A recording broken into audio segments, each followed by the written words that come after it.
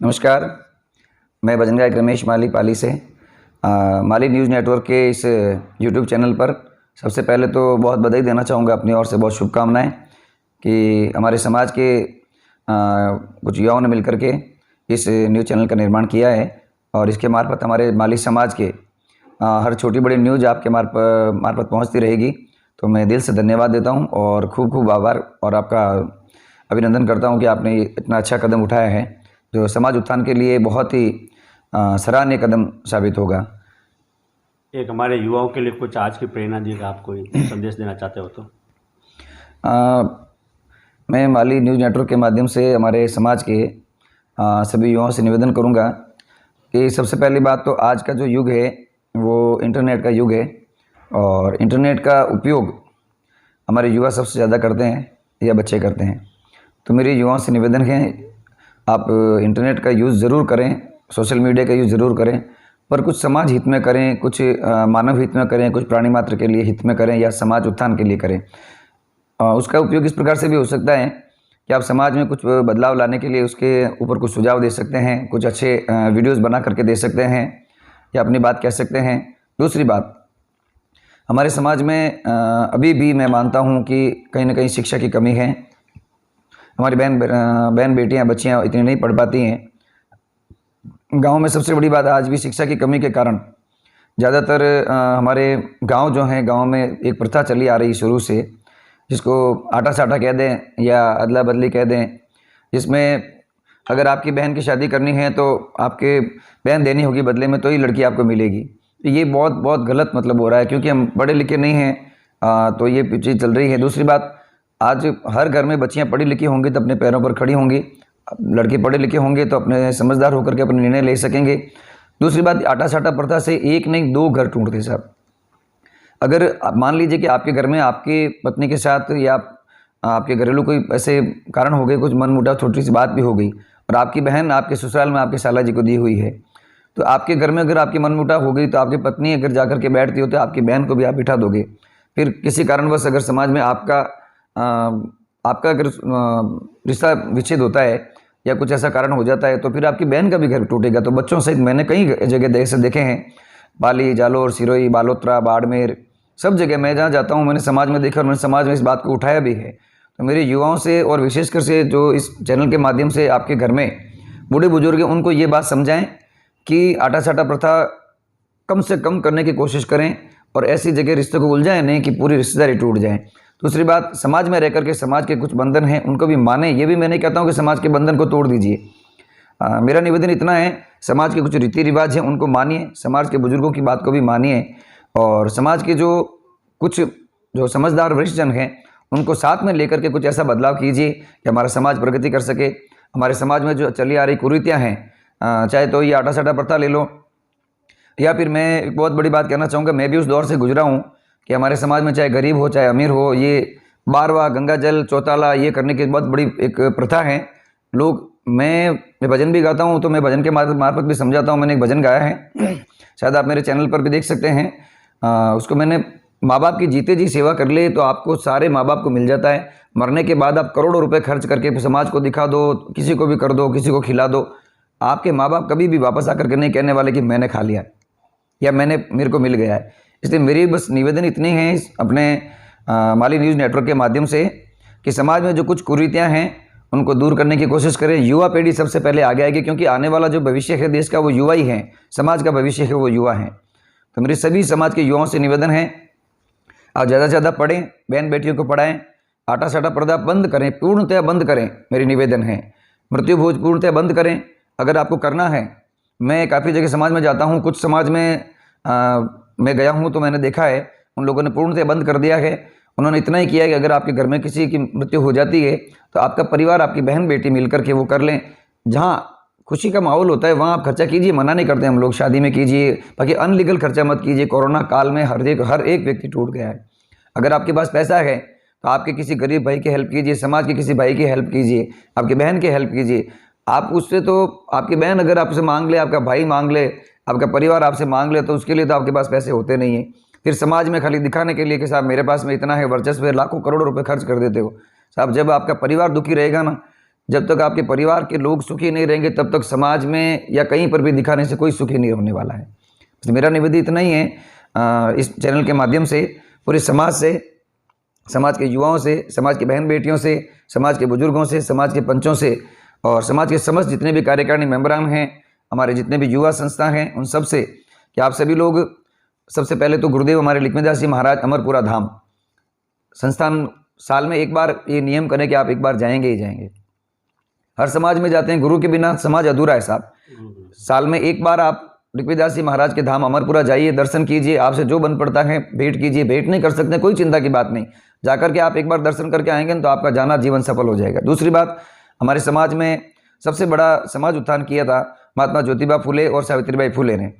तो आप ये समझिए कि जिन लोगों ने ऊंच नीच को मिटा दिया, जिन लोगों ने शिक्षा की अलग जगह जिसको पूरा विश्व मानता है, हमें तो गर्व है इस समाज पर कि हम उस समाज में हम लोगों ने जन्म लिया है जिस समाज के प्रणेता, जिस समाज के वरिष्ठ जन हमारे महात्मा ज्योतिबा फुले और सावित्रीबाई फुले जो पूरे राष्ट्र की पहली महिला शिक्षिका थी, जिन्होंने शिक्षा की अलग जगाई।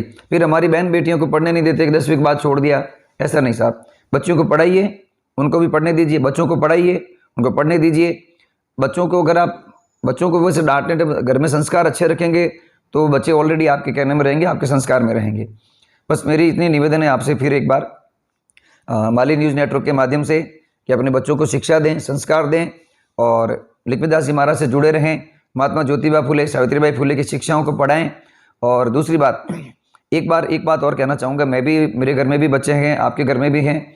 आपके बच्चे मोबाइल चलाते हैं, अच्छी बात है, उनको दीजिए, क्योंकि बच्चों के शौक़ हैं, वो हमारे करते हुए कि उनकी जो इच्छाएँ पूरी करने का हमारे माँ बाप का फ़र्ज़ होता है। मोबाइल दीजिए उनको, नेटवर्क भी उनको जो चलाते हैं चलाने दीजिए, पर एक बार सप्ताह में कम से कम एक बार उनका मोबाइल चेक कीजिए।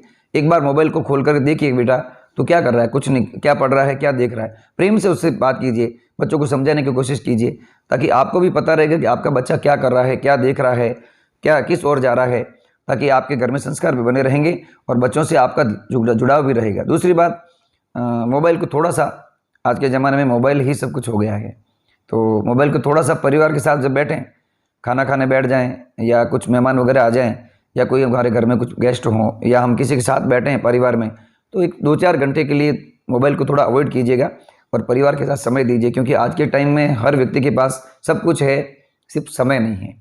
तो मेरा बस निवेदन और ये आपसे है, मोबाइल का युग है, जुड़े रहिए संचार क्रांति से, सोशल मीडिया से, पर इस प्रकार से जुड़िए कि उसका कुछ सदुपयोग हो, कुछ अच्छा संदेश जाए, परिवार से रिश्ते कायम रहें, परिवार का प्रेम नहीं टूटे, मोबाइल की वजह से आपका परिवार नहीं टूटे, आटा साटा प्रथा की वजह से आपका परिवार नहीं टूटे, और किसी भी बार व गंगा जल या किसी दिखावे के भोज प्रसाद से आपका परिवार किसी कर्ज के बोझ तले नहीं दबे, और हम सभी एक दूसरे की टांग खिंचाई नहीं करें। सबसे बड़ी बात ये नहीं होना चाहिए कि सब ये मेरे से, ये समाज का इसने ये क्यों हो गया।